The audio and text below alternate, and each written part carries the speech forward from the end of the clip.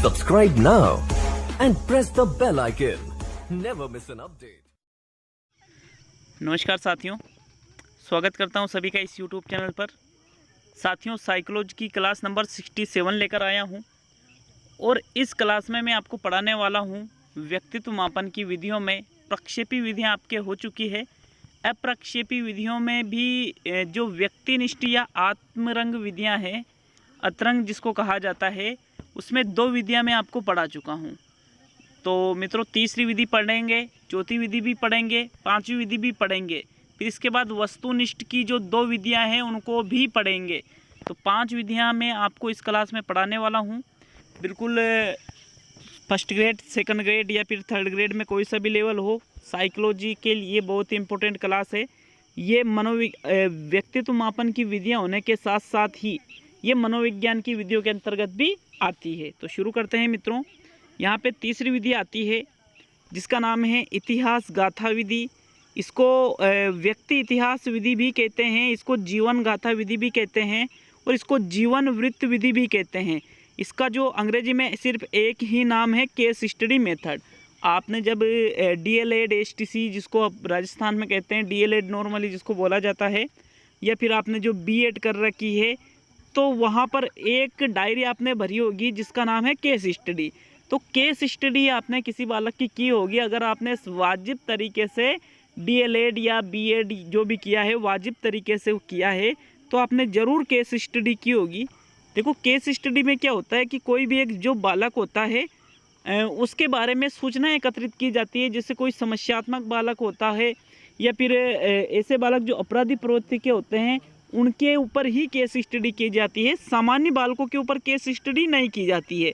तो शुरू करते हैं मित्रों केस स्टडी को।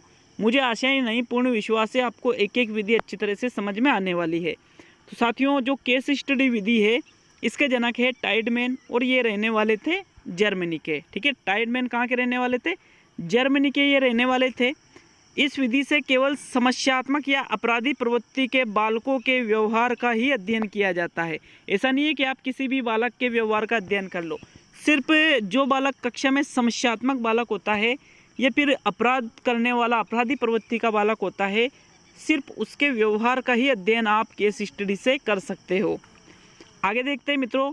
टाइडमैन ने एक कथन कहा है कि जब एक ही व्यक्ति को केंद्र में रखकर एक ही व्यक्ति को, सिर्फ एक ही व्यक्ति के ऊपर केस स्टडी होती है, उसके जीवन के बारे में विवरण या इतिहास एकत्रित किया जाता है, तो इसे ही इतिहास गाथा या केस स्टडी विधि कहते हैं। तो आपको क्या करना है इस विधि में कि कोई भी एक जो बालक हो सकता है, आप उसको केंद्र में रख के, मतलब उसी के बारे में ही संपूर्ण जानकारी लेकर आप उसके बारे में विवरण एकत्रित करते हो, तो उसको ही क्या कहा जाता है? केस स्टडी या इतिहास गाथा या जीवन वृत्त विधि कहते हैं। मित्रों, जो केस स्टडी विधि है उस विधि की उत्पत्ति नैदानिक मनोविज्ञान से हुई थी। नैदानिक मनोविज्ञान का नाम सुना होगा ना सभी ने। नैदानिक मनोविज्ञान से केस स्टडी की उत्पत्ति हुई। डायरेक्टली एग्जाम में प्रश्न आ सकता है कि केस स्टडी की जो उत्पत्ति है वो किस मनोविज्ञान की शाखा से हुई? तो आपका आंसर रहेगा नैदानिक मनोविज्ञान से।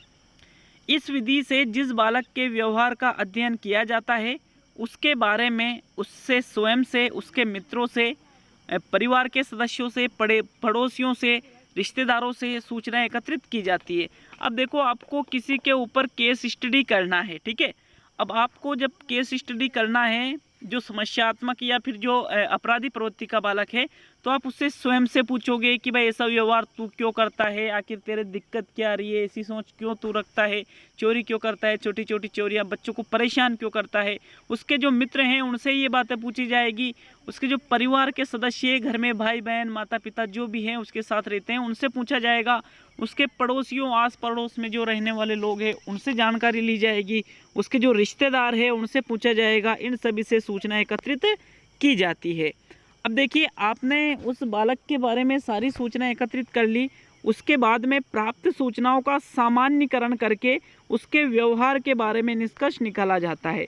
अब देखिए, प्राप्त सूचनाओं का सामान्यीकरण करने का मतलब क्या हुआ कि जो सभी ने सूचनाएं दी है, कोई अलग सूचना देता है, कोई अलग देता है, तो जो कॉमन सूचना मिलती है, कॉमन न्यूज़ जो आपको मिलती है, आप कि भाई हाँ ये बात सभी ने बोली है कि यार ये बालक है ना, चोरी करता है ये इस कारण से करता है, कोई एक कॉमन बात जो आपके सामने आती है आप उस बात के आधार पर निष्कर्ष निकाल लेते हो, क्योंकि इस विधि में समस्या का सर्वश्रेष्ठ निदान किया जाता है। अतः इस विधि को नैदानिक मनोविज्ञान की आत्मा भी कहा जाता है। मित्रों, बहुत ही इंपॉर्टेंट फैक्ट आपके लिए लाता हूँ जो आपको सिर्फ और सिर्फ हर जगह नहीं मिलेंगे, बिल्कुल आपको वो चीज़ें मिल जाएगी जो आपको कहीं नहीं मिलती है। तो मित्रों, डायरेक्टली एग्जाम में प्रश्न आ सकता है कि नैदानिक मनोविज्ञान की आत्मा किस विधि को कहा जाता है, तो वहाँ पर आपका आंसर रहेगा केस स्टडी।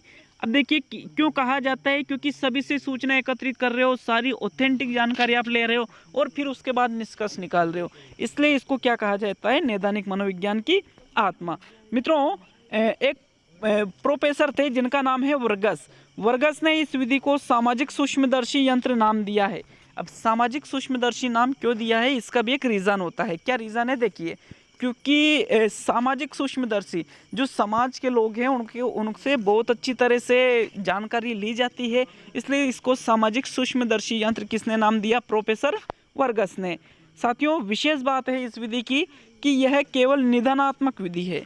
निदानात्मक विधि मतलब इसमें उपचार नहीं किया जाता है, सिर्फ इसमें यह पता लगाया जाता है कि आखिर बालक में ये समस्या उत्पन्न कैसे हुई, बालक ऐसा व्यवहार क्यों करता है, क्या क्या इसके कारण है, इत्यादि चीज़ों का सिर्फ निदान किया जाता है, मतलब पता लगाया जाता है। इसका उपचार इस विधि में नहीं किया जाता है। तो मित्रों, यहाँ से भी एक इम्पोर्टेंट आपके प्रश्न बन जाता है कि कौन सी विधि केवल निदानात्मक है, तो आपका आंसर रहेगा केस स्टडी। तो मैंने आपको बहुत अच्छी तरह से समझाने की कोशिश की है, आशा आपको समझ में आया होगा। चलिए नेक्स्ट विधि देखते हैं मित्रों, चौथी विधि आती है साक्षात्कार विधि, जिसको क्या कहा जाता है अंग्रेजी में इंटरव्यू मेथड। सभी को पता होगा इंटरव्यू का मतलब ही साक्षात्कार होता है। तो मित्रों, प्रश्न किस प्रकार से बनेंगे कि साक्षात्कार विधि के जनक कौन है, तो वहाँ पर आपका आंसर रहेगा जॉन डार्ले, जो रहने वाले थे अमेरिका के।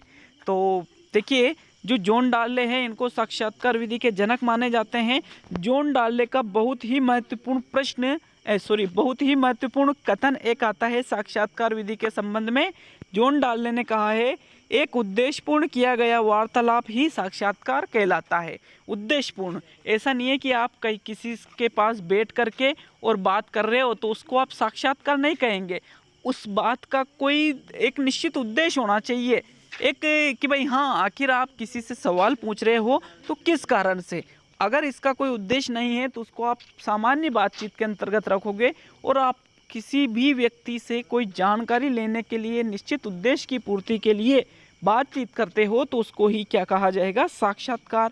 ऐसा कहने वाले कौन थे, जॉन डार्ले। मित्रों, यह व्यवहार एवं व्यक्तित्व के अध्ययन की सर्वश्रेष्ठ विधि है। व्यवहार एवं व्यक्तित्व के अध्ययन की सर्वश्रेष्ठ विधि इसको इसलिए कहा जाता है क्योंकि साक्षात्कार में आप कोई सा भी प्रश्न उससे पूछ सकते हो। इस विधि से व्यक्ति के व्यवहार के ज्ञानात्मक पक्ष का या भावात्मक पक्ष का या क्रियात्मक पक्ष का या शरीर रचना आदि सभी पक्षों का मापन एक साथ हो जाता है।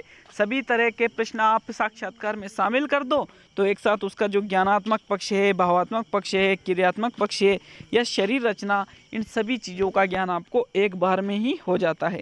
मित्रों, नॉर्मली एक प्रश्न बनता है कि साक्षात्कार के मुख्य रूप से कितने प्रकार के होते हैं, तो वहाँ पर आपका जो सही आंसर रहेगा वो रहेगा 2 प्रकार के। कौन कौन से? औपचारिक साक्षात्कार, अनौपचारिक साक्षात्कार। तो पहले देखेंगे औपचारिक साक्षात्कार क्या होता है।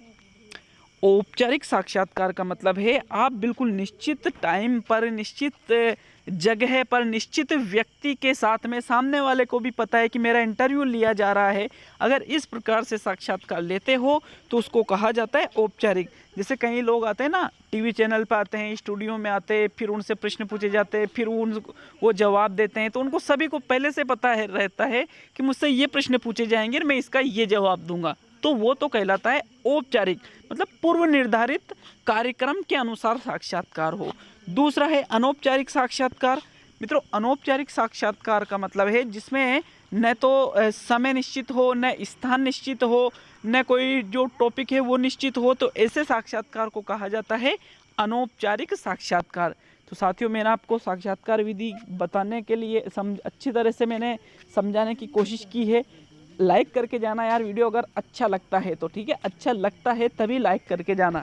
नेक्स्ट तीसरी विधि की तरफ, मतलब 5वीं विधि आज की तीसरी हो और जो अतरंग विधियां हैं उनमें 5वीं विधि पढ़ेंगे जिसको कहा जाता है प्रश्नावली विधि। मोस्ट इंपॉर्टेंट विधि है मित्रों।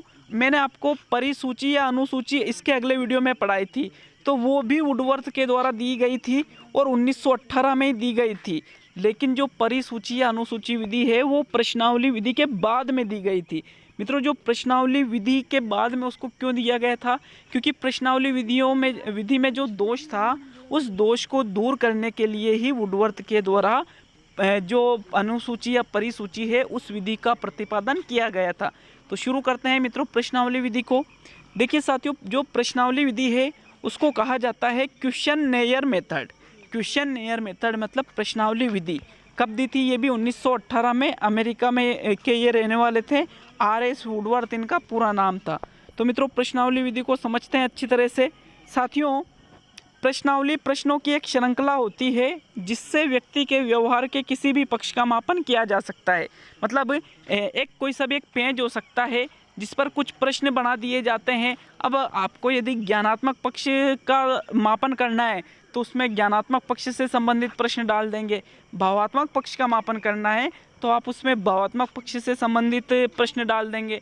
आपको व्यक्ति के क्रियात्मक पक्ष का मापन करना है तो आप उस पेज में या प्रश्नावली जिसको आप बोल सकते हो उसमें क्रियात्मक पक्ष के प्रश्न डाल देंगे। तो साथियों देखिए, इस लाइन में लिखा हुआ है जिस पक्ष का मापन करना होता है उससे संबंधित प्रश्नों को प्रश्नावली में शामिल कर लिया जाता है। अभी मैंने आपको अच्छी तरह से समझा दिया था। और फिर से परीक्षार्थी के पास फिर इसे किसे प्रश्नावली को परीक्षार्थी या छात्र के पास डाक के माध्यम से, मेल के माध्यम से, कोरियर के माध्यम से अथवा अन्य माध्यमों से पहुंचाया जाता है, अर्थात इसे अप्रत्यक्ष रूप से हल कराया जाता है।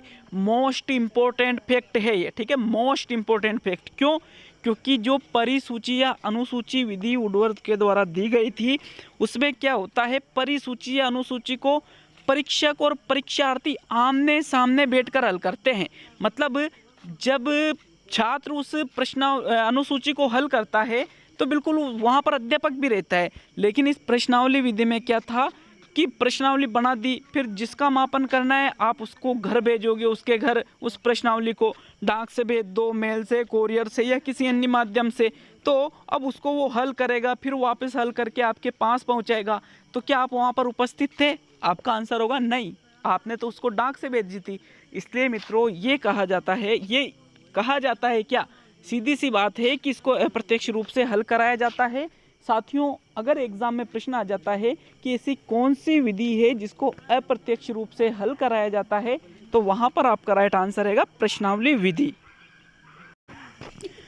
साथियों आगे देखते हैं प्रश्नावली विधि के बारे में। बहुत अच्छी और बहुत लंबी विधि है ये। व्यवहार के अध्ययन की यह एकमात्र विधि है जिसमें परीक्षक एवं परीक्षार्थी आमने सामने नहीं होते हैं। बहुत अच्छी तरह से मैं बता चुका हूँ, इसको समझाने की दोबारा ज़रूरत नहीं है। इसलिए इस विधि की वैधता एवं विश्वसनीयता बहुत कम हो जाती है। अब कम कैसे हो जाती है? भाई साहब, प्रश्नावली तो आप घर पे भेज रहे हो, क्या पता उसने हल की है या किसी दूसरे ने हल की है या फिर किसी किताब में से देख करके हल की है, कुछ पता ही नहीं होता है। इसलिए इसकी वैधता और विश्वसनीयता बहुत कम हो जाती है। अतः वुडवर्थ ने प्रश्नावली के दोषों को दूर करने के लिए एक नई विधि परिसूची या अनुसूची का निर्माण किया। ये मैंने वीडियो जब शुरू हुआ था तभी बता दिया था। नेक्स्ट बात करते हैं, जो समझाने वाली चीज़ है पहले समझा चुका हूँ। मित्रों, प्रश्नावली का सबसे पहले प्रयोग वुडवर्थ ने प्रथम विश्व युद्ध के दौरान अमेरिका में सन 1918 में सैनिकों के व्यक्तित्व मापन में किया था, जहाँ पर सैनिकों ने इसे कागज पेंसिल परीक्षण नाम दिया था। मित्रों देखिए, बहुत इंपॉर्टेंट फैक्ट ये भी है कि जो प्रश्नावली विधि है इसका सर्वप्रथम प्रयोग किसके द्वारा किया गया, तो वहाँ पर आपका आंसर रहेगा अमेरिका में जो सैनिक थे उनके द्वारा सबसे पहले इसका प्रयोग किया गया था 1918 में। और जो सैनिकों का व्यक्तित्व मापन किया गया तो सैनिकों ने जो प्रश्नावली विधि है उसको क्या नाम दिया, कागज पेंसिल परीक्षण। क्योंकि एक कागज पर कुछ प्रश्न लिख दिए गए, उनको पेंसिल दे दी गई या पेन दे दिया गया और फिर उन्होंने उसके आधार पर उत्तर दे दिया, तो इसलिए इसका सैनिकों ने क्या नाम दिया था, कागज पेंसिल परीक्षण। बहुत ही अच्छी और डीपली चीज़ें हैं, एक एक तथ्य को आपको पढ़ा रहा हूँ मित्रों। नेक्स्ट देखते हैं, प्रश्नावली के 4 प्रकार होते हैं। जो प्रश्नावली है इसके कुल कितने प्रकार होते हैं, 4। कौन कौन से? पहली प्रश्नावली है खुली प्रश्नावली। पहला प्रकार है प्रश्नावली का खुली प्रश्नावली का मतलब है परीक्षार्थी उत्तर लिखने के लिए स्वतंत्र रहते हैं, खुद की इच्छा के अनुसार कुछ भी लिख सकते हैं। जैसे इसमें निबंधात्मक प्रश्न शामिल हो सकते हैं, लघुत्तरात्मक प्रश्न शामिल हो सकते हैं, अति लघुत्तरात्मक प्रश्न शामिल हो सकते हैं। इसमें क्या निश्चित उत्तर नहीं होता है, आप अपने अनुसार इसका उत्तर दे सकते हो। दूसरी प्रश्नावली है बंद प्रश्नावली। साथियों, बंद प्रश्नावली क्या होता है? देखिए, परीक्षार्थी उत्तर का चयन करने के लिए बाध्य रहते हैं। जैसे वस्तुनिष्ठ प्रश्न, जैसे आपके रीट का एग्जाम का पेपर होता है तो वहाँ पर आपके पास 4 विकल्प होते हैं। अब आपको इन चारों में से एक का चयन करना पड़ता है। ऐसा तो है ही नहीं कि है नहीं इन चारों में से कोई नहीं, मैं तो नहीं भर रहा घोड़ा, ये तो चारों ही गलत है। क्या ऐसा करोगे? आप नहीं कर सकते। आपको दिए गए 4 विकल्पों में से किसी एक विकल्प का चयन करना पड़ता है, तो वो कहलाती है बंद प्रश्नावली। नेक्स्ट तीसरा प्रकार पढ़ते हैं मित्रों, चित्रित प्रश्नावली। जो चित्रों पर आधारित प्रश्न होते हैं, जैसे भूल भुलैया है, समानता निकालना है, अंतर खोजना है, तो ऐसी प्रश्नावली को कहा जाता है चित्रित। जो चित्रों पर आधारित प्रश्न जिसमें होते हैं।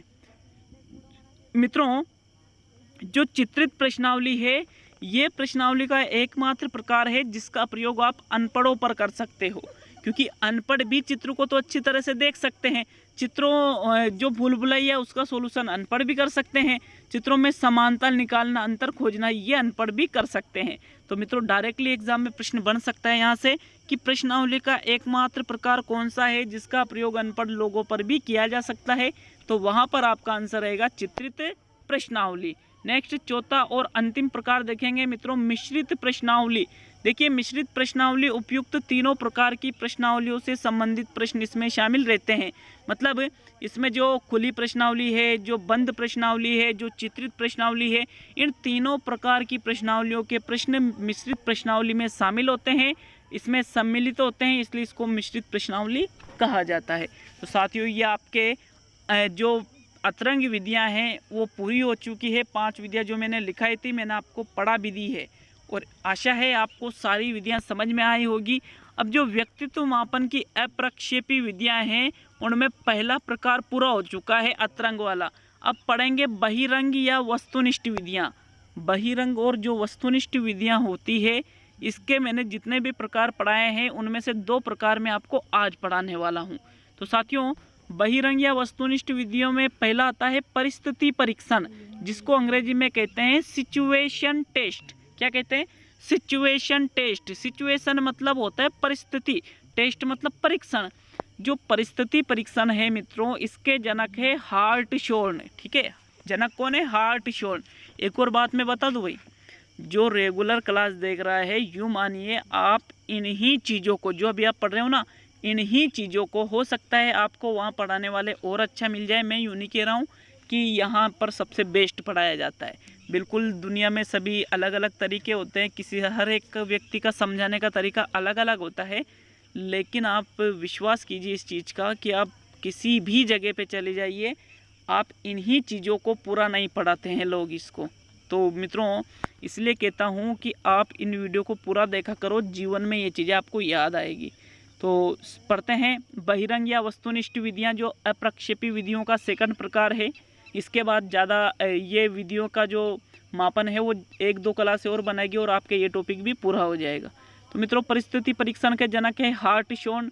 पहला प्रश्न यहाँ से बन जाता है, परिस्थिति। परिस्थिति का मतलब है जो आपकी सिचुएशन आती है, कई बार तो सिचुएशन प्राकृतिक रूप से आती है और कई बार कृत्रिम रूप से आती है। वही चीज़ें यहाँ पर पढ़ने वाले हैं, बहुत अच्छी तरह से समझाने वाला हूँ उदाहरणों के माध्यम से। मित्रों, बात करते हैं परिस्थिति परीक्षण की। तो परिस्थिति परीक्षण होता क्या है? देखिए, इस परीक्षण में कुछ कृत्रिम परिस्थितियां उत्पन्न की जाती है। मतलब कुछ ऐसी सिचुएशन क्रिएट कर दी जाती है जिसमें व्यक्ति को रख दिया जाता है। जैसा आपने कई फिल्में देखी होगी ना कि परिस्थिति ऐसी उत्पन्न कर दी दूसरे लोगों ने कि अब वहाँ पर आप उसका सॉल्यूशन किस प्रकार निकालोगे। ऐसे ही इस परीक्षण में भी लोगों के सामने कृत्रिम परिस्थितियाँ उत्पन्न कर दी जाती है जिसमें परीक्षार्थी को शामिल किया जाता है।